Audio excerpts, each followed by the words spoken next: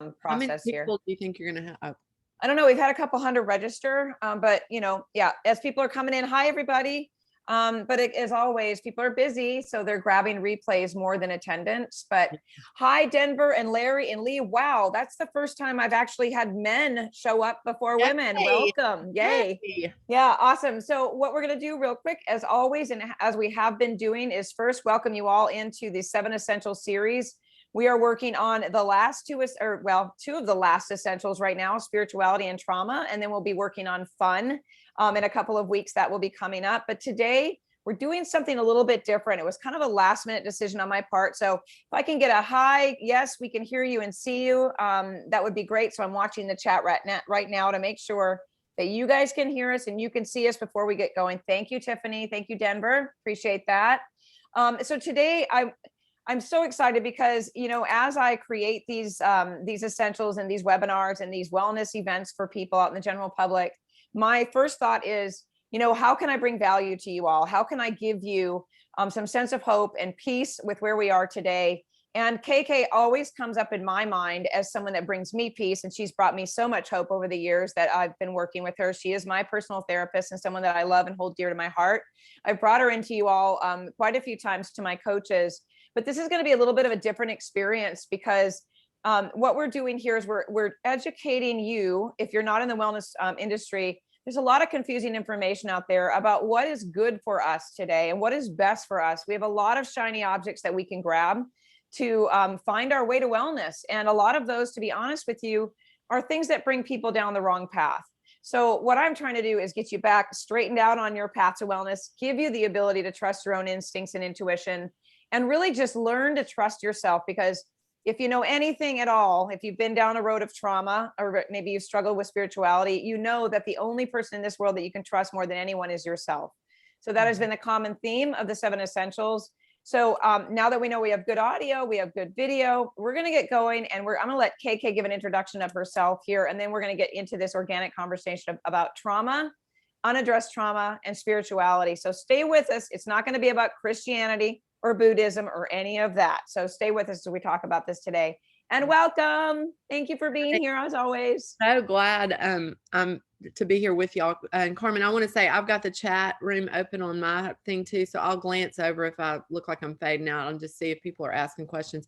I think Carmen and I do our best work when we're able to pontificate on your answers out there. So if y'all will just shoot us questions, we're happy to. But my name is KK Ray, and I have been in the mental health world over 20 years now, and have evolved with that world as science has evolved, from us just not knowing how people got better to now science, technology, all the things that have happened. We have some research, not tons, but better research, and we have moved towards a brain-based way of looking at things. So many of the things I'll talk about is how the brain reacts or the brain works with that. But as far as what I do now is I do things like this, which is my love. I love getting on and talking to people and answering questions. I do have a private practice here in Nashville and own Tennessee Neurofeedback, which is a modality that I ran across about 5 years ago, looking at when I began to really study trauma and ways to cure trauma as opposed to medicate trauma. So I do a combination myself of treatment called brain spotting, which is taking specific events and moving them in the brain from present tense first person to past tense third person, and then combining that with neurofeedback obviously re-regulates the brain and gets us to a regulated state, which is what we want people to be in so they can do what you're talking about, Carmen, which is begin to trust themselves and what they believe and what they need. And so that's kind of me in a nutshell of what I'm doing. Yeah, and we do have a lot of people, in the Nashville, Clarksville area that have been longtime friends and family that are going to be on here today and listening to the replay. And, just to let you know, everyone, that, I personally have gone through a lot of the things that we're talking about today, a very extremely traumatic experience as an adult, several traumas I didn't realize as a child, but also experienced the miracle of neurofeedback and the miracle of working with someone who understands uniquely how important it is that when we have lost ourselves due to trauma, that we are able to then again find ourselves through the process with someone that we trust. So Yeah. let's start with basics. Let's start with what is the definition of trauma? Well, there's a lot of those definitions out there, just like you were saying about your world and wellness. But I use the term trauma to be an unprocessed negative experience. So something that happens to us, and I really don't like to grade it. I hear a lot of people talk about little T's, big T's. I don't know if that's right or wrong, but I really don't like to grade it because we do not know what a particular brain can deal with at a particular time. So what we do know though is that many events happen in the brain based on where it is at that given moment, may not be able to process that event. So what happens there is the event comes at us, we shove it into the back, the reptilian part of our brain when it's unprocessed. And so it sits there all the time. And I love to give the example of the World Trade Center bombing. So if you were in New York and that happened, obviously there's no way for a brain to process that kind of thing happening. So it's hugely traumatic. It sits back here in the back of your brain like a time capsule, and also like it's in the here and now. It's your brain at a non-conscious level doesn't say, oh, that event's over. So you can be flying into Nashville, you see the Batman building, and your body neurologically and physiologically is going to react the same or worse than it did the first time. Now, once we treat that and we process through that, you can fly into Nashville. You'll remember maybe that the World Trade Center was bombed, but you won't feel like you did the first time it happened or worse. That's why we call it post-trauma stress. So trauma is just events or systems that you live in, or I don't even know, just something that has not been processed fully to the past tense. Does that Yes, make sense? totally makes sense. And I love that you say big T's and little T's, because there's the what is that, the raise scale for stress, where they say the number one stressor is this. But what if that's not the number one stressor for everyone? That's right. So It's it not. kind of, yeah, it makes me feel like if I were to present myself to someone as saying this was traumatizing for me and they didn't understand this, they might make me feel worse by saying, well, that's not really that big of a deal. Right. We never want to do that because that trauma and shame sit in the same place in the brain and feel the same. So we don't want to, if anybody finds themselves in judgment of somebody else's trauma, that's just a great indicator that there's work to be done internally for you. Okay. You know, Yeah. so it's a Yeah. good indicator, not judgment. It's just that there's a reason you're minimizing someone else's pain. There is a good score. I don't know if you've ever talked about this on this forum, Carmen, but the ACEs score is Mhm. it's a good predictor. And for many people, what happens, at least it did for me, is things that I'd minimized in my formative years. I was able to say, oh, the world thinks that that's a big deal. So that is helpful. So if it's ACES, you can just Google ACEs scoring and take the little 5-second test, and you'll see that's very helpful that way. Yeah. But Yeah. as far as judging somebody else, no, we don't want to do that. Right. And I believe it was Kaiser Permanente that came up with that particular She test. is, and she's totally a badass. Yeah. Yeah. Yeah. Yeah. Yeah. And it's called Adverse Childhood Experiences. So ACE is the short acronym for that. It's very powerful. It is actually something that many of my coaches have included on their intake form, Excellent. just so we can understand, what we're dealing with here. Yeah. Yeah. What we're Yeah. working with. Well, Okay. she has a powerful TED Talk, and that it really changed the trajectory of my practice when I heard that TED Talk. So it's worth a watch, especially.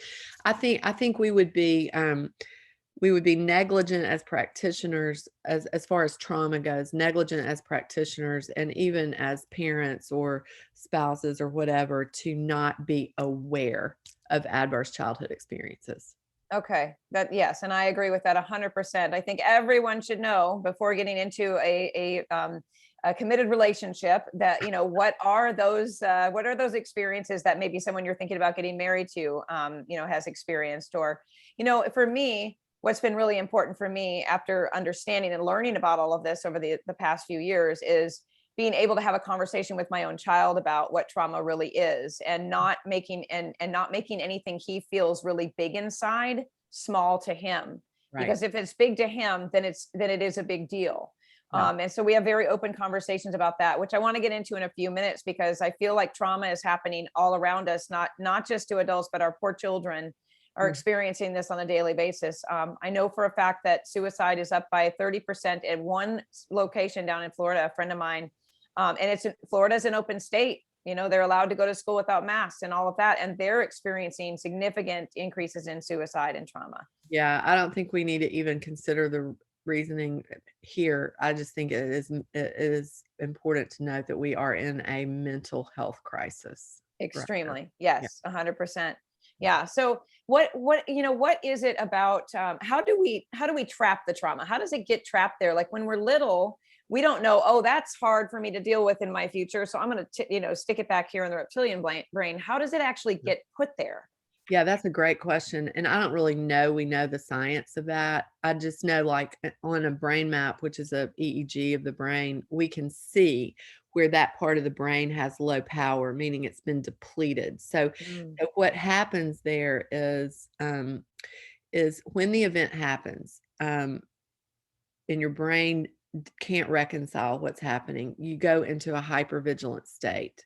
So we even now know that tones of voices. So it's mostly, remember, the brain's 95% non-conscious. So we don't really know how the brain is going to continue to be hypervigilant. We just know it is, and it gives us a lot of triggers that don't make sense, and it also gives us a lot of fatigue. And I mean, anytime we're hyper vigilant, that is not a good thing. We always want to be vigilant, but hyper vigilant, it drains the battery power so much. So we can see that.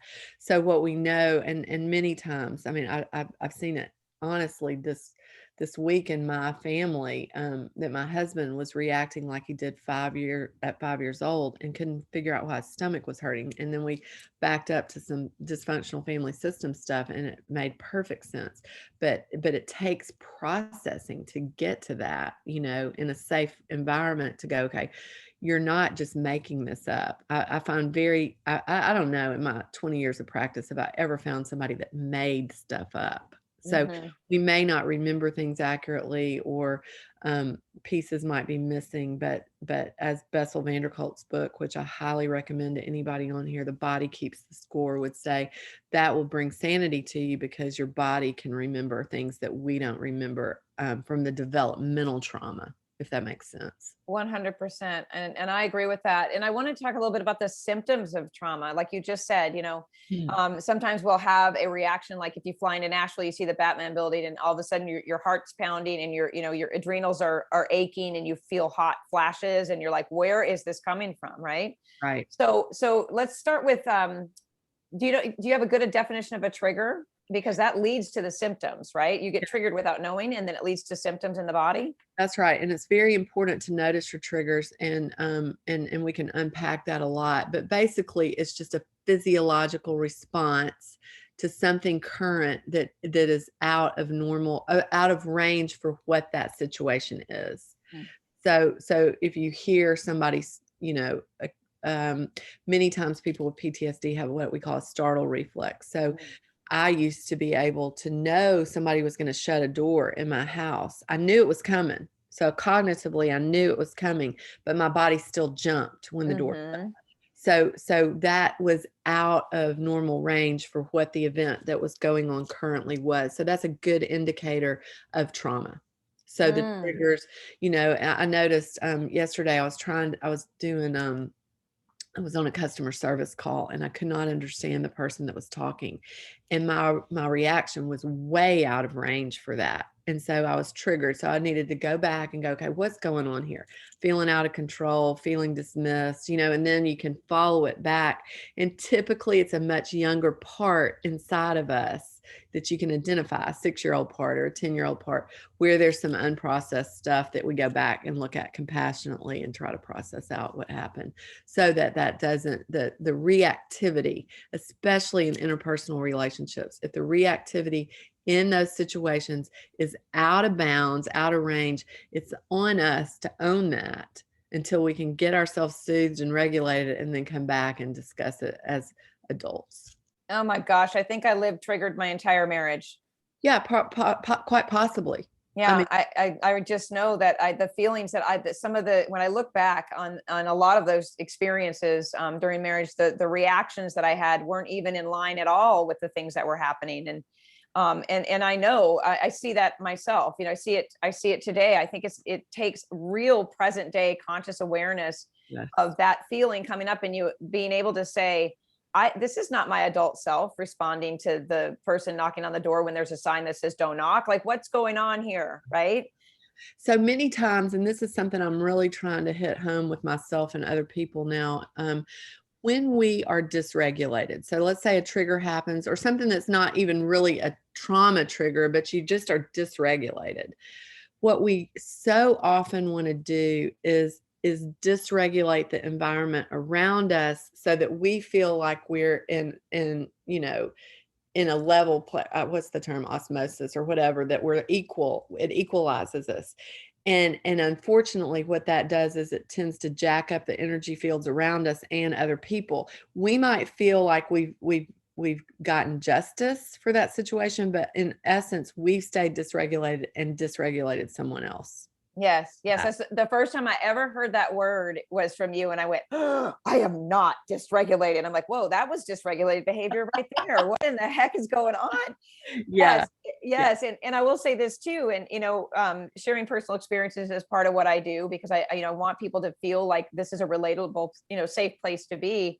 I think that, when KK brought so much into my awareness for me about myself and who I was and how I was showing up for myself in the world, I was so defensive of a lot of things that she brought to my attention. Maybe not in front of you every time, but many times I would leave and be like, I am not that way. And I'm like, oh, now I'm 5 again. Fantastic. So I want to say that, although it may feel yucky or uncomfortable or sticky when someone may bring something to your attention in a loving and kind way, that's because you are aware that that is something that's demanding your attention. And it is, I dove headfirst into every single thing that I learned about myself, because I want to be a happier, more balanced, well-adjusted person, so that I don't have to bring the environment around me up to my level of dysregulation and dysfunction, where Right. I can operate down here and say, I see this is happening. Let's find a way to move through that. How can we communicate better with each other? Yeah. I'm certainly not great at it, but I'm working on it. And I think that's the first step for most people, don't you? Well, I think yes, 1,000,000%. When you find a person that's able to take feedback, then they have made some real steps into higher functioning. I can remember thinking I was probably mid-30s, maybe, I hope not older than that. And I could be in the fetal position, worried, paranoid that somebody was going to come back and get on to me. That Mhm. if they gave me feedback, that my whole self was demolished. And to begin to have a stronger, and talking about where spirituality can overlap with this, Richard Rohr, Rohr, Mm. anything, if you can get your hands on any of his writings, he talks a lot about, you know, having infrastructure within us and not scaffolding on the outside, so that we're strong enough to take the feedback. So once we can get the feedback, once somebody can say, here's what I'm witnessing with you, and it has to be a safe environment. We don't want, and Brene Brown talks about this, if I don't know you well enough, I'm not interested in your feedback. So there has to be some level of connection and safety, so that you feel like that person is for you when you get the feedback. Then it Mhm. works. Then it Yeah. works. And so once that happens, yes, you're on the road to saying, you get really, I can remember my husband David saying to me, you always have somebody to blame. Now, if he had told me that maybe 10 years ago, I would have just, I don't know what it wouldn't have been pretty. But a lot of treatment and brain spotting and neurofeedback, I'm able to go, wow, I can see where I do that in these last 2 days, 5 times, and then you begin to go, okay, there's a new neural pathway of recognition. I can begin to say, okay, I don't have to it doesn't have to be somebody's fault here. Where'd that start? Well, that started in a family system where you better have your shit together or else, you know. Yep. And so then you Yep. can back into that, comfort that little that little 5-year-old part and say, I'm the adult, I've got this. I don't have to have somebody to blame. I'm not going to be, in trouble. Right, right. And so someone asked, Richard Rohr, he's one of my favorite. I mean, I get his email every day. It's ROHR, and all of this will be in the replay links, you guys. I'll be sure to include this in the replay. But I will say this, and I always I like the school bus analogy for me, because what I feel a lot of us are doing is, we are, like you've said to me, you said you don't have to, you said something along the lines of, you don't have to drive that bus around anymore, Carmen. You're driving the bus of all the adult problems as a child. You need to fix that. And Yeah. so what that looks like in my mind, and how this can be relatable for people is, anytime that something gets triggered within you and makes you feel childlike, maybe you cross your arms, you stomp your feet, you scowl, you react in a way that doesn't seem adult-like. It's almost like seeing yourself on that bus as a child. You've been driving around all the adult problems from childhood, because I think a lot of us took on a lot of adult behaviors and responsibilities, which created that traumatic experience inside of me. And it was like, so I see in my mind, grown-up me going, come on, I'm going to drive that bus. You go do what you got to do as a child and deal with the things as a child. And that gives me confidence to know I can take care of myself. I'm going to be okay. I've got this. Yeah. Yeah. And it's really, it's mental gymnastics, but you can literally toggle in your brain. And I'm not saying you should brain spot yourself, but you can literally look around the room and find a spot, ground yourself, do your breathing, and get yourself to that I call it the grown ass adult place. And once you're there, you can move your eyes again, and you can kind of curve into yourself, and you can feel that childlike behavior. Now, my hunch is that every time we let that younger kid that's been traumatized drive the bus, we're re-traumatizing that child. And Yes. many times, just for an example, somebody that keeps going back to a bad relationship and is treated awful, and they just aren't willing to be alone, or whatever that dynamic is, you're actually putting yourself in harm's way and re-traumatizing that child. So it's real important to find the adult in you and that adult behavior. And there may not even be a neuropathway. You may have to ask somebody to say, what would an adult do in this situation? How big of a deal does an adult think this is? Those kind of things, so that you can really get that neuropathway going, practice it. Neuropathways are just like our muscles. We have to strengthen them. The old ones will slough off eventually, and then you can, the grown person will show up first. But most of the time when there's trauma, that kid is going to jump in the driver's seat of the bus because it's familiar. I've felt this before. That tone of voice feels familiar, the smells feel familiar, whatever. And you don't even have a conscious awareness that pretty soon this 4-year-old's driving the bus. Mm-hmm. And is that a piece of us who, a part of us, or is that the child inside of us that is looking for that comfort zone? So like kind of an example, let me see if I can put this into words. And mom's on here. Hi, mom. Mom's always on here. Oh, Hi, mom. And, but I remember learning, I learned, and I'm not, we're not private about this. I learned how to be codependent from my mom, right? That's what I learned from her, how to cope with things. It is a generational thing that we have since worked on, and we're working on breaking as codependent people with those behaviors. But I realized that what I was doing when I was feeling triggered by something was I was going back to what I remember being a comfort thing for me as a child, was seeing her clean the house and do this and do all of these things. So I took that behavior on, was clean the house, make the food, do all of these things to deal with the discomfort and dysregulation I was feeling within. Mm-hmm.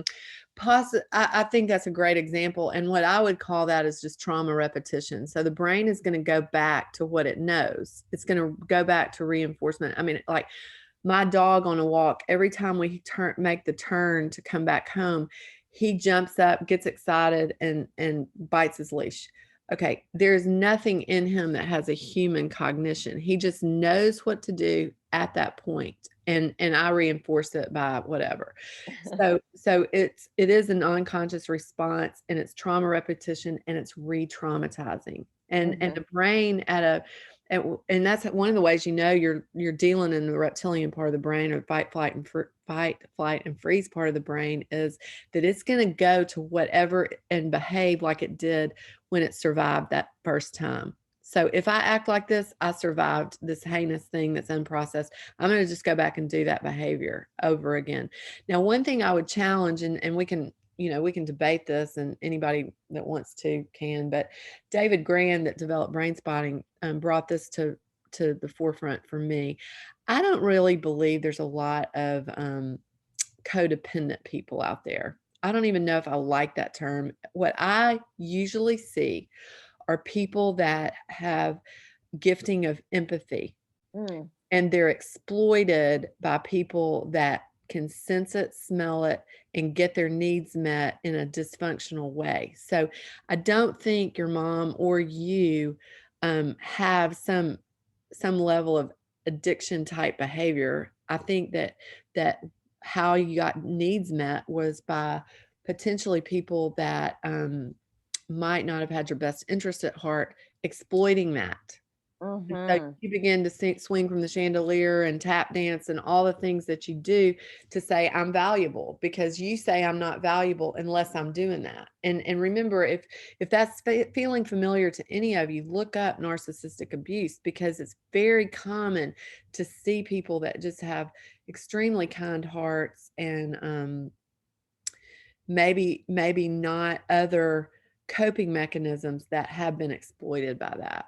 Oh my gosh, can you just write that down and put that out there? I love that. I love that so much, because it takes us from really from a victim role in my mind. Like, I'm not the victim of codependency or whatever, but it also empowers me to say, like, what I've done over my life to cope and deal with those it saved my life. Really. Right. Oh yeah, for sure. And until we have input or external, somebody to go, why the hell are you mopping that floor for the fourth time today? Yeah. You really don't know any different, except, and again, that regulated you, where your head's not blowing off your shoulders crazy going and doing that. So what we need is loving people in our lives to go, you don't have to be that way. But remember, then you've got to take the scaffolding off and figure out you innately have value because you're made in God's image with limitless possibilities. And that has to be, many times that has to come from external places before you believe it internally. Yes. Oh gosh, that's perfect. Jesus loves you, this I know. I don't know exactly how that translates, because it never did for me. I had to have input of being valuable before I believed. And much longer did people tell me that I was valuable before I ever began to believe it. Oh, I love this so much. So it's a great segue. We're going to stick with trauma too. I mean, we're going to go back and forth a little bit here, because when we talk about spirituality, whatever it looks like to you, and this is what when I opened up the Institute for Functional Health Coaching, this is what I said: spirituality can be anything. It can be the dandelion in the front yard you believe in more than you believe in yourself, whatever it is. But spirituality is so important. And again, always reflecting back on my experience, when I kept saying to you, when is this going to end? When are these feelings going to stop? When am I going to stop feeling like I'm the one that did this? You said, I think you're in a spiritual battle with yourself. You're in a spiritual battle right now. I keep telling you that it keeps coming up for me. You're so instinctual about that, because you couldn't have been more right. You couldn't have been more right. Because I'll tell you, the one thing that made me, that helped me more than anything, besides obviously brain spotting, and we're going to talk about that in a second, and neurofeedback, was you said, God takes care of the widows and the orphans. Oh yeah. I mean, well, let me say this. That went like this for me. Oh my gosh, because not only did I realize that I wasn't alone, that I was being seen by you, but that I didn't have to do this by myself. And it reinforced where my focus needed to be, not on the stuff that was happening, but how can I trust in something bigger than myself so that I don't feel so alone, so I can learn to trust myself again. So I use that statement all the time. I always say, KK used to say, and so I share that, and people say, whoa, that makes me feel so much better. Yeah, it gives me chills right now. So I know it's the truth is in all the people that I've seen that are widowed or orphaned, and it's not to minimize anybody's pain. Lord knows you've lived through so much pain, but I've always seen a higher good and God coming in and protecting, and then the people around the support group shows up and the one of the things David Grand says is we go with the uncertainty principle, because that's a calculus factoring in physics. I don't even know the right terminology, but if you can be uncertain about outcomes, there's limitless possibilities of healing. And so we did not know how God was going to take you and protect you and grow you and all those things, but he always does. I know that. Yeah. So and I would say one of the pushes on the spirituality thing should also be that I'm not the center of the world. Pick the dandelion, pick whatever you want, but there are people out there that need you and need others, so that it's not all about us, Correct. and that's hard.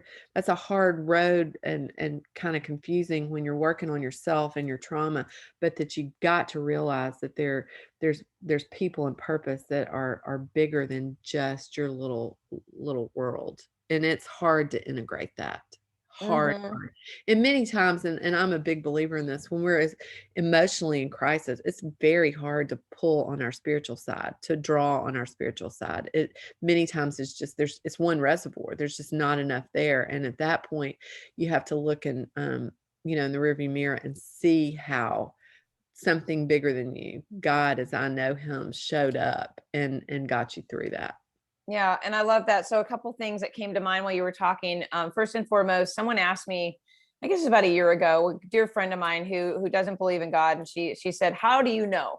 How, she was in a crisis, and I said, here's the thing. God gives us people. I believe that the people that come into my life have been given to me to help me heal and move along my journey. Right? How would they just find me and say just what I needed to hear, or give me the hug that I needed, or the words that I need to feel secure, or the tools, or how would that just show up in my life?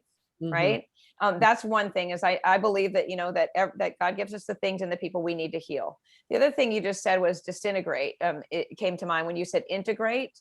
I was just talking about this morning with someone, and I was saying, I couldn't quite explain it, but when we're young and we experience trauma, and I can't remember how this explains, so you'll do this well. We disintegrate, whatever, from ourselves. So we have a little bit of us over here, a little bit of us over here. And as we grow and change, become aware, we're trying to integrate again, bringing all of those pieces with us. How can you put that into more elaborate terms than I did? Well, you did a great job. What happens with trauma is we stay binary, and that might not even be good words to use, but trauma causes us to stay in the black and white. That's the reptilian part of the brain. Think cobras don't strike mice at 20% of their venom, and a giraffe at 100%. They just strike. It's all in, all good, all bad. We have very black and white thinking, and therein lies the disintegration. We disintegrate into black and white thinking, or to parts that have been traumatized, because it's all back there. That's survival. And when we integrate, we're able to hold more than one color at a time. And it becomes living in the gray is, and many of us have had faulty theological teaching that everything is black and white. I'm yet to know what's black and white. I don't think we're good little soldiers that all have to be the same or anything. So I think it's very important to know when we're not in the gray, when we can't see more than one solution, or can't see somebody as anything but all bad or all good. There's a real good chance we're focusing from a very unintelligent, sophisticated, but unintelligent part of our brain. And what we want to do is make sure we're looking at, I can remember early on when I would have trauma responses in my marriage, I couldn't, and we can only process one big emotion at a time. So David's out sweeping the carport, and I think I need to divorce him because I want him inside with me, and I could not integrate that. So I began to let that be a signal for not being in a healthy place myself. I couldn't integrate being upset with him and loving him at the same time. That's a higher order way of processing in health, is to be able to hold opposing emotions and process through opposing emotions and get to gray. And kids, remember, with children, they can't process but one emotion at a time. So when we're yelling at them, you say you're sorry, and they're still mad because friend took the toy away or whatever, it's non-scientific to think they're going to be able to do that. So, and when we do that and require that of kids, that in and of itself is mind-boggling. I have worse names for it than that, but it could be traumatizing to the brain to require more of it than it's capable of doing at that time. One thing, and this is jumping back, I saw that your mom posted, my mom taught me that, and her mom taught her that, and all that. One thing that an emerging field in our world is called epigenetics. And that the truth is, if your mom's grandma had a whole lot of that kind of behavior, the DNA can get altered through the generational patterns, and you may have the sweetest, no reason, no exploitation, nothing, and you're still, sweeping the floor 5 times a day. That could be a DNA function that we've got to really address, right? And those are some of the hardest ones to find, because there's not an explanation that there's a 4-year-old kid that's been a part that's causing you to act that way. So I'm glad she brought that up, because many times, and we're starting to explore the field of even, heritage, generational traumas, which are real. It is real. So yeah, I agree. I have seen it, more than I ever cared to see, the lineage of ancestral trauma and how we carry down those things. And one of the things that I find really actually beautiful right now is I'm watching within our own family dynamics, our system is quite a couple of us actually are doing the really hard work to undo that particular lineage or whatever for the children that are underneath us, the grandchildren, the children, so that they don't have to carry this forward. And I'll tell you, it's a blessing and a curse all at the same time. But I always say, I guess God thinks I'm up for the job, because I'm doing it every day, all day long. Absolutely. Right. Absolutely. And one thing to note, it's so encouraging when you have someone, 2 people in a family system, or more than 2 people, that begin to get healthy, because what happens is, and I always say this in parenting, let's elevate whatever symptomology a kid is having to the parenting or marital system, because if people can change that are at the top of the food chain, then everything starts to fall into place. Now, that's not always true. I mean, there's always exceptions to that. But remember, the sicker the system, the stronger the pull of the system to stay dysfunctional. So a flexible family system gets a new idea, they can hash it out, an example of that. And I think that we've learned through the years a lot of flexibility. Our daughter became Catholic at a Baptist school, and we just learned to not have an opinion. She's an adult, she can figure that out. Now, had we been sick, rigid, trying to hold on to all that, it would have caused her, number 1, tremendous pain, but number 2, we could have lost her for that. And she would have no telling what her trajectory would have been had we pushed her in a direction that she was unwilling to go. So flexibility is what we're looking for in family systems, open to other ideas. We do not want rigidity, because rigidity makes people sick. So really look at family system thought when we're looking at trauma. Yes, I love this, because, as we're moving forward with a lot of different changes at the university level across the country and what's required for kids to go to school, I'm dealing with a lot of people all day long messaging, my son's going away to school in the fall, and they're forcing vaccines on them. And I'm worried. That's one of the top things that health coaches are hearing right now is how can I be supportive of my child, and yet this and this, right? So there's a lot going on around that. And so for me, I want my child to be healthy, happy, successful, and able to, be an autonomous being in the world that can take care of himself. The avenue to that, as long as it's not illegal and he's not hurting anyone, is not up to me. He's his own person. So, there's going to be a push-pull, I'm quite sure, as people move forward in their lives on, yes, you have to go to college. That's what we do. But what if I want to be a welder? They're making 6 figures right now. Like, how can people navigate that a little bit better in a family system? So a healthy family system starts out with parents as cops, and then they become coaches, when, you know, the high school, middle school, high school, you want to be on that trajectory. And then by the time you launch those kids, you need to be a consultant, and consultants are hired. Consultants just don't show up and work in places. So for me, and we have late 20-year-old age kids, for us, and we've learned a lot the hard way. We don't, unless we're invited to give our opinion, it's not our business, you know. And I really think the sooner you can trust your kid and instill, you know, they've got to have a true north. They've got to have morality. They've got to be able to have empathy. They've got to be able to be curious about other people.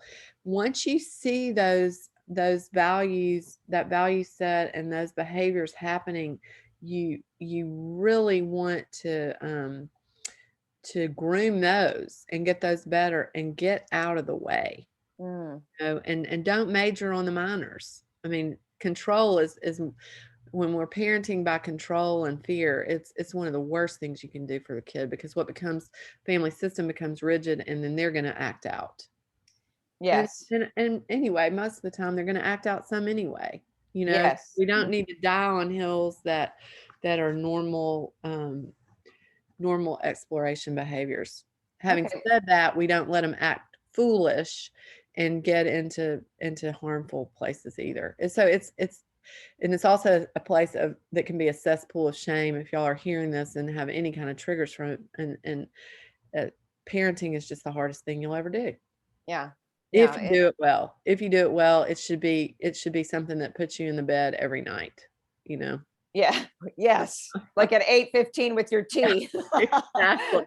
Yes, exactly. Okay. So let's talk about this for a second. In regards to things that parents, I want to bring some awareness to this, because it is, like you said, we're in a mental health crisis right now. And I, for one, as the mom of a teenager, and, you know, solely responsible for seeing everything that happens with him, making sure he's okay, and not being a helicopter over, you know, hypervigilant parent. You know, we've had the conversation when he was homeschooling or at home all year last year, and I saw his emotions and his behaviors change, his grades changed. I saw this happy-go-lucky kid turn into an angry, anxious child. And so we've had to have the conversation, you know, I want to make sure you're okay. You know, suicide is a very real thing among teenagers. I want to have a conversation and keep the door wide open to that conversation between us. And so can you give parents some tips on what to maybe look for, or how to talk to their kids about the hard stuff and make sure there's open communication? Yeah. Well, I would say the posture of being open to you hadn't done it right is your first step, you know. And then you ask, and I always tell people, I can remember asking Ryan, he was at UT Knoxville at the time, and he called, he goes, "Mom, I think I need to go to therapy." And I wanted to vomit in my mouth.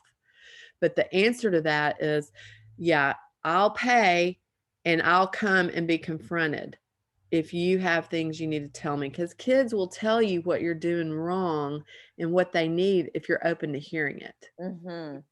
And typically what it comes down to are things you didn't even think that were big deals, that are big deals to them. Don't minimize that. And to attachment. They need attachment over and over again. They need to know how loved they are, how much they're considered, how safe they are, that there's a safety net for them. Those are all attachment things.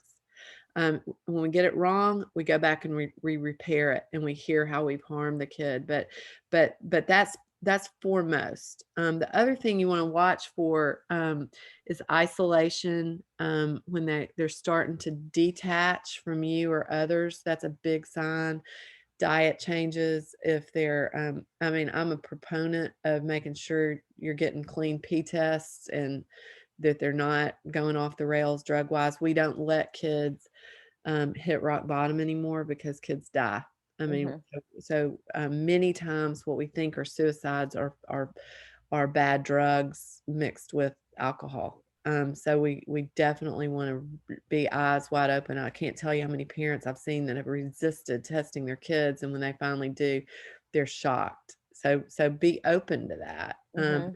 The other thing, I'm a big, I do not like gaming. I think there can be gaming in balance, but I've heard recently, and I get it. We've been so isolated. That's the way they interact with their friends. I get it. but we're coming out of that. We need to get them in human interaction. They need to be out exercising. Gaming is addictive. There are now centers, addiction centers for adolescents that are gaming addicts. What happens is, and you see this a lot, a kid, their dopamine receptors only become activated when they're doing gaming. So nothing else feels good to them. Being with friends doesn't feel good, being, going out for a good meal, winning a football game, all that stuff. Literally their dopamine receptors don't read that as good. So that's on us as parents.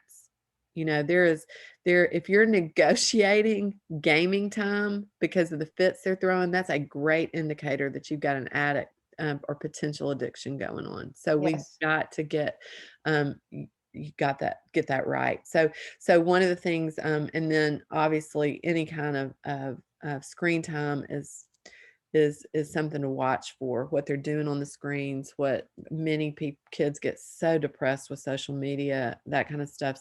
So eyes wide open. And literally just this week, I had someone tell me they just don't have time to parent that way. Well, you should have gotten a dog. If you don't have time to parent, but it's such a finite, short amount of time. I mean, a blink of an eye. My baby is now 29 years old. So you got to go all in. And that's Brene Brown's research. You go all in and you grow yourself. The outcome of your kids is going to be fine. Yes. I'm so glad that gaming phase is over. Oh my gosh, because that was one of my biggest concerns. For sure. And now, and you always say, and people say this too, a tired child is a well-behaved child, right? A tired child, someone who comes in, like, I cannot tell you, I'd be like, Braden, don't forget to put your laundry away. I'm going to bed. Like, that's been the theme of the last couple of months. I am going to bed. I do not have time for them. I'm exhausted. Right. No. And so yes, I agree with that for sure. So people who say that I don't have time for that kind of parenting, or they're fearful of, this is something that I see in my coaching business. They're afraid that their kid isn't going to like them if they do the hard stuff. Yeah. Right. I feel like all I do is the hard stuff anymore. And I'm like, I don't care if I'm liked as long as I know what's going on at this point. Well, I would say, based on what I know about you, though, there was a huge basis of attachment. Yes. So that, you don't, if you hadn't earned the right to know to keep up with your kid, don't expect them to like that. Mm-hmm. I mean, I don't want to be invaded by somebody that hasn't been attached to me and trust. When we've been talking about that, to be able to be vulnerable, you have to trust the person that you're with. So the onus is on you to develop the relationship. I mean, if you're going to spend any time, spend it in attachment type activities, face to face, and oh, my kid won't talk to me. Well, that's on you. Ask better questions. Show up when they're ready to talk. And I just really believe that we have that responsibility. Now, single moms, single dads that have custody, that's hard, and it's a 18-year-long window of giving a lot up. You don't have time to go play golf for a day if you're going to parent a teenager. That's the truth. Take, or whatever. And that's not to say we don't have breaks and all that, but you have to go all in. Yeah. And that's the commitment that we make as parents, I believe. So let's talk about attachment for a second, because even though that's something I teach in my coaching business, I teach my coaches to understand that.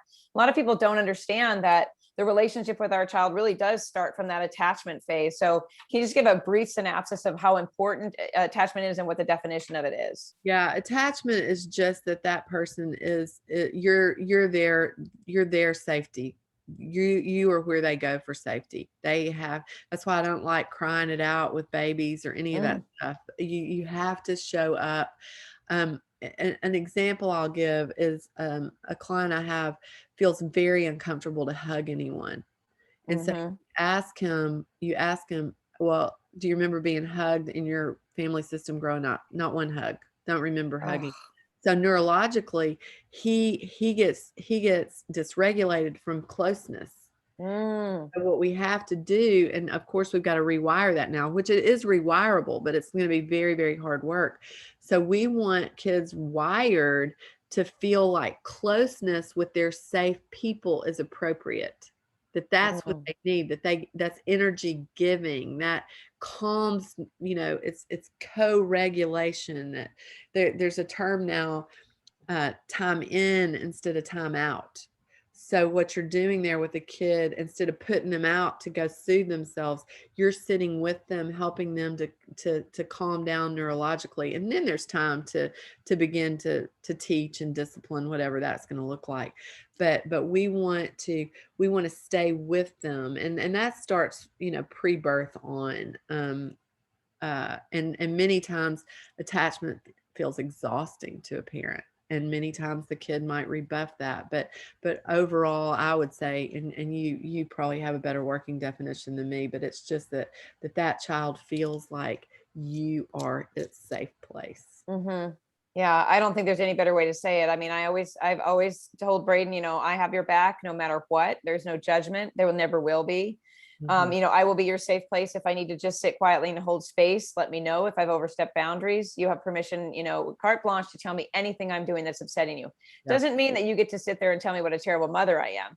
It means that if there's room for improvement on my part and I'm owning that, then there's room for you to heal, because I'm willing to see that I'm doing something that is making you feel unsafe in this space together with me.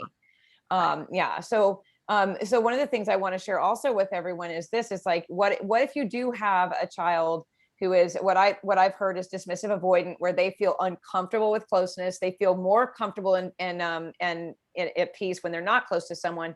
Is that, how do you bring them in? Well, you might be a person who never learned. Maybe you're a dismissive avoidant parent and you're not comfortable with touch. It is your job to fix that attachment problem that you developed from childhood, grow that within yourself so that you're putting off the energy, that you are safe for that person to be close to and showing that person. Is that a fair way to do it? 100%. And many times, unfortunately, that's something that requires third-party treatment or neurofeedback, something that can calm the nervous system down. A direct line to that is as an adult that's been traumatized as a kid, that they're safer. The first thing I would say is there potentially could have been some type of abuse there, when you learn that touch or closeness is unsafe. And remember, that's non-conscious. You're not a bad person. You're not a bad parent. And always this part of the brain is going to trump this part. This part is survival. So when you feel that uncomfortable, there's not a lot you can do. Well, that's not true, but it's many times you need external support to get that rewired. Yeah. And I want to use this example too. The other night, and as a parent, like, worrying is never turned off. For me, it's never turned off. I fell asleep last night. I literally was sleeping, had my Bible here, had my meditation music in my ear. My lights were all on. And I said to Braden, I'll wait for you until you get home from dropping your girlfriend off. And I'm like, of course, my phone is sitting there too, in case it rings. But, he comes and he's like, Mama, I'm like, oh, I'm sorry I wasn't awake. It just came out of my mouth. And he was like, Mom, it's okay. And he's like, good night. And he put everything to the side and everyone went to bed. But what I know was, the other night after a game, I was so worried because they lost. That, the soccer, it was the end of the game season. If they had won, they'd gone on to championships. And, everybody was hugging each other. And several of the kids that walked over to hug, one of them couldn't even put his hand on my shoulder. Mm-hmm. And the other ones were like, Miss Carmen, and they're like all hugging and yay and all that. And I felt that feeling from that child, that he was very uncomfortable with that. You know what I mean? So I just kind of let that go. But you can tell, you can get in a room of teenagers and you can tell when they come to your home, which one of them has, attachment issues or whatever. Yeah. For sure. Yeah, for sure. It was a sad feeling. I could feel that from him, Yeah. Yeah. And that's that non-conscious paying attention to the energy fields that we used to think, was hokey science or voodoo and all that, but it's so real. And the cool thing about that is you were giving him good energy, and he's going to note that. He's going to note that something about that was different, and he'll investigate that.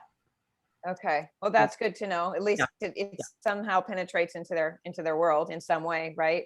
Yeah. I told the school, last fall when I was out there, screaming, please let these kids go back to school normally. Put the money that you're putting into psychology for dealing with what's happening into proactive ways of teaching them about boundaries and attachment, and that, and peer support and all of the things that they're not getting in the school system right now. And I feel like it's such a, I don't know. I don't know why it's not done. I don't understand why we're not focusing more on this part of mental health for our kids. I would say you're leading edge on that. I mean, hopefully that's coming online. I mean, there are a lot of schools now that are becoming trauma informed, and let's just keep keep pushing the edge and it's going to catch up. Unfortunately, you know, by that time, Braden's going to be out of college or post that. But safe at home mitigates a lot of the issues out in the world. Okay. Yeah. Well, that makes me feel better on my situation. Yeah, for sure. For Yeah. sure.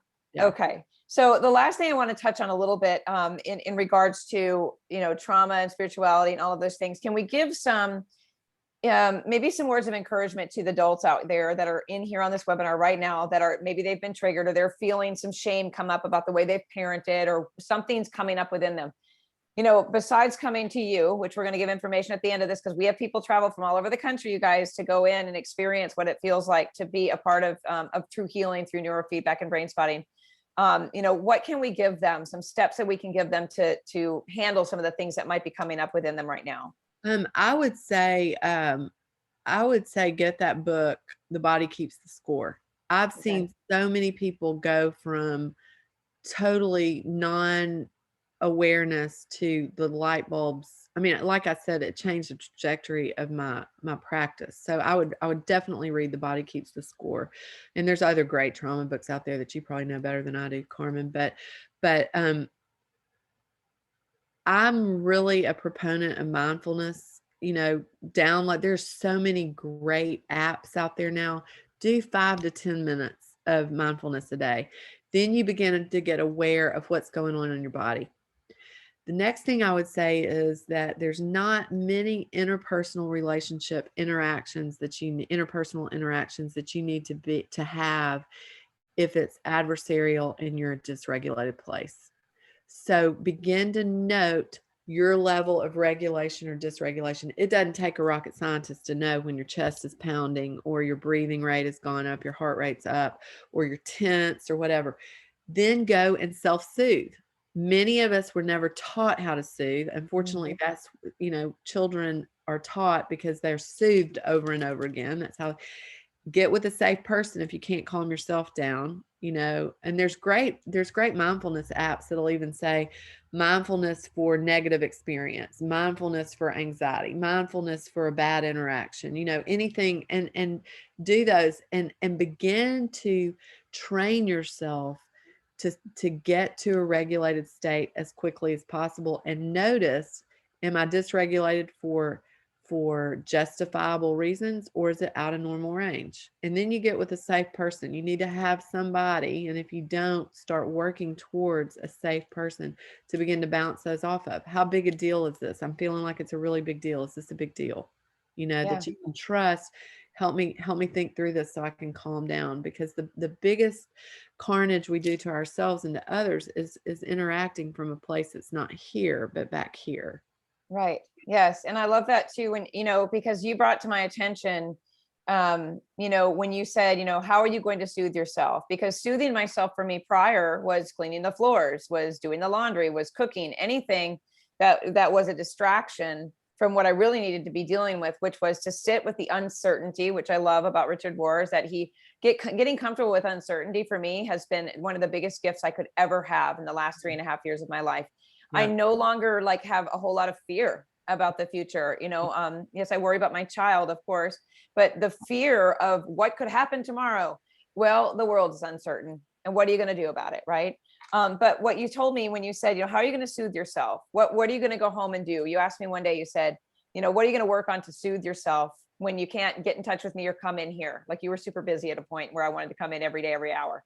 And I thought, what can I do? So I started my meditation. I got right back into my meditation. My Muse, you know, meditation headband. It's music. It doesn't guide me in any way. But what it forced me to do was to get comfortable with being uncomfortable. And then another thing that you did and said was, tell yourself you're not going to die. Right. Remind yourself you're not going to die, because every time I would get triggered for a long time there, and I was living in fight or flight, my body thought I was going to die. That's what you explained it to me so beautifully. Can you talk about that for a second? Yeah, when we're in fight, flight, and freeze, it's life or death. Cobras don't think they're just going to go down the street and stump their toe. They're either going to die or they're going to stay alive. So your body, when it's in that hypervigilant state, it's life and death. And it's not to shame yourself. It's just to remind yourself that this part of the brain, and you can toggle up there, close your eyes and force brain signals to the front of your brain. I mean, it works. And just to say, there's very little things in this moment that I'm not gonna die. Now, little kids who don't get needs met many times are in life and death situations. So it's a viable response. It's just not accurate for what is going on at the time. Nobody dies from a panic attack. And so that when you're in fight, flight, and freeze, I say you're kind of in a PTSD coma, and so everything feels life and death. So just reminding yourself brings it up to the frontal lobe. And many times you need somebody else to say, this is not life and death. Let me remind your brain that event that the World Trade Center event is over. We're in Nashville now. And just hearing that on an auditory level sometimes can pop us out of it. Yeah. Move is the other thing. If you can get out and walk no matter what, when you feel in fight, flight, and freeze, I cannot say that today. If you can move your body, you're going to be better off. Yeah. Yeah. And that's a good point about bringing it forward, because that's a visualization for me. The minute I saw you do that, I thought, that's something I can still continue to use the minute that I feel a certain way. How can I push the self-soothing and the ability to know that I'm going to be okay to the front of my mind, instead of just operating dysregulated without awareness? I have a dear friend who does that for me. She'll say, I call that a toggle to the human part of your brain. Push your feet hard on the ground, or lay down and get your whole body grounded like a starfish, and you can do that with your kids, and really focus on your breathing rate. And immediately you're going to come back online. We'll get this back online when that happens. That's awesome. Okay. We've got one question from Tiffany, and then we'll wrap up here. She says, so a question regarding trauma: can having a strong and opposite reaction also be a trauma response? For instance, my father was somewhat controlling. My mother is the submissive person. I always found them to be somewhat codependent on each other. I have the exact opposite and strong reaction, in the sense, the moment someone I'm dating even exhibits a controlling behavior to me, it causes me to be highly independent and push back. Mm-hmm. Yeah. So the question is, has that been detrimental to you or not? We don't want to throw the baby out with the bathwater, so what you want to ask yourself is that reaction, first of all, was I rude? I don't know that, but you want to know, am I being so strong and stern that I'm being rude and pushing that person away for that reason? It needs to match the situation. So warnings are not bad, but it's the behavior that follows that you want to make sure is not from the PTSD. Okay, that makes sense. And then also, making an effort to find somebody that can help you to find out why that continues to keep repeating itself, right? Exactly. Yeah. Exactly. Yeah. So you stop that behavior. Yeah. And I remember you said to me, at one point over time, when I've come to you with things, you said, don't sabotage that relationship because of this. Don't, end this because of that. Right. Which I think, again, that's dysregulation. We come in and we think it's all or nothing. It's black and white. It's done or it's not. Right. That was something I've had to learn over time. Well, and most of the time, I mean, I don't want to tell your story, but a lot of the time that's to buy an insurance policy against pain, and there's no pain-free relationships, Yeah. So we want to make sure that we're responding, and this is all, if just hearing us talk is exhausting, it's because this work is exhausting. Oh my goodness. Yes. It's not easy. This is not easy. And that's why, we repeat patterns, and we have generational trauma. All of those things is because it's hard work, and it's, the sicker the system, the harder the work to get out of it. Yeah. Yeah. And unfortunately, or fortunately, if you're strong enough to handle it and you're willing to take the job on, it can land on one or two people in that system to carry the heavy load. And I believe God gives us doesn't give us more than we can handle. Sometimes it's a little bit pushed to the limit for me at times, when I look up and go, really, like this. And then I'm like, okay, I'm just going to head first into it, get it done, whatever it looks like. Right. Absolutely. Do you have another minute or two? We got a Uh, couple questions just came in. You want to read them so you have better understanding, or? I've just recently learned how traumatized I've been living and how some of my reactions are purely PTSD. I jump around in different trainings on YouTube, etc., but feel that I need a one-on-one approach other than talk therapy, as I have no recollection of my childhood for the most part. I have adult children now and want to help them as well. What should we look for a therapist slash counselor? Okay, that's a great question. Talk therapy for trauma does not work. We can talk about it till the cows come home, but if we're not dealing with the time capsules and moving those events and the neurological system to a more regulated state, you can talk about it, you'll get a little bit of relief talking, but it will not change the reactivity or the PTSD. So what you want is a brain-based therapist. You want to see that they're trained in EMDR or brain spotting. Those are my 2 cents. Don't go to anybody that is not highly trained in one of those. I'm biased. I think brain spotting is the best, but Yes. we could totally argue that. And then I would say if you're anywhere close to a neurofeedback clinic, get it. We have remote units. So if you're outlier and can get to Nashville for a brain map, you can train yourself at home and we monitor that. So Bessel van der Kolk, The Body Keeps the Score, his model is a combination of EMDR slash brain spotting with neurofeedback to get that PTSD mitigated. Yeah. Do you want to give a quick description of brain spotting? Because I'm sure people have never heard of it before, but it was the #1 therapy that turned me around. I mean, you saw it right in front of your eyes. I mean, Yeah. that's crazy.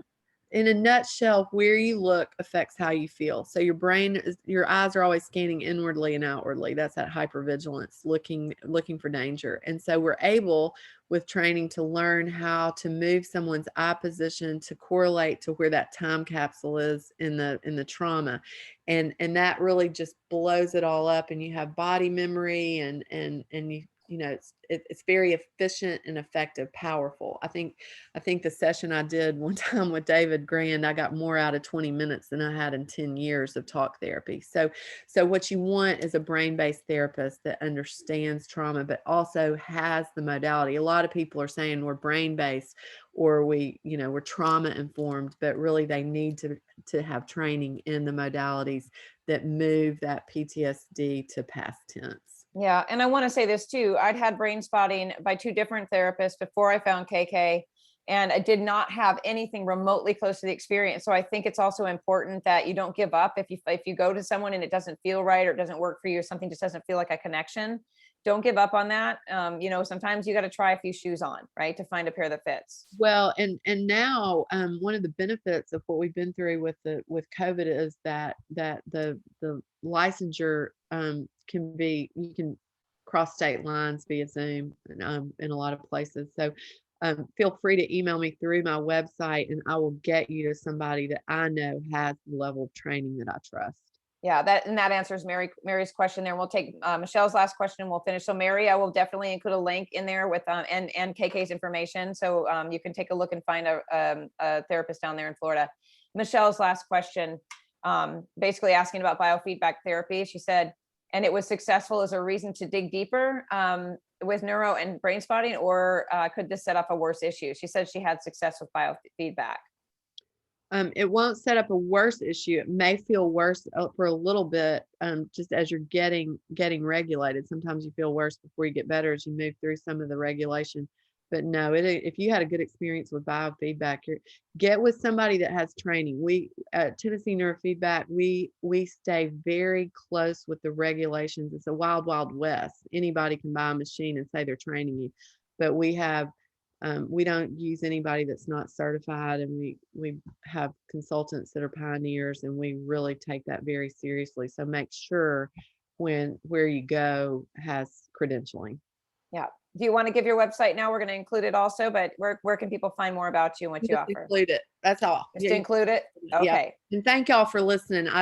One of my favorite things to do is get on here with Carmen, and it's been a pleasure to be there.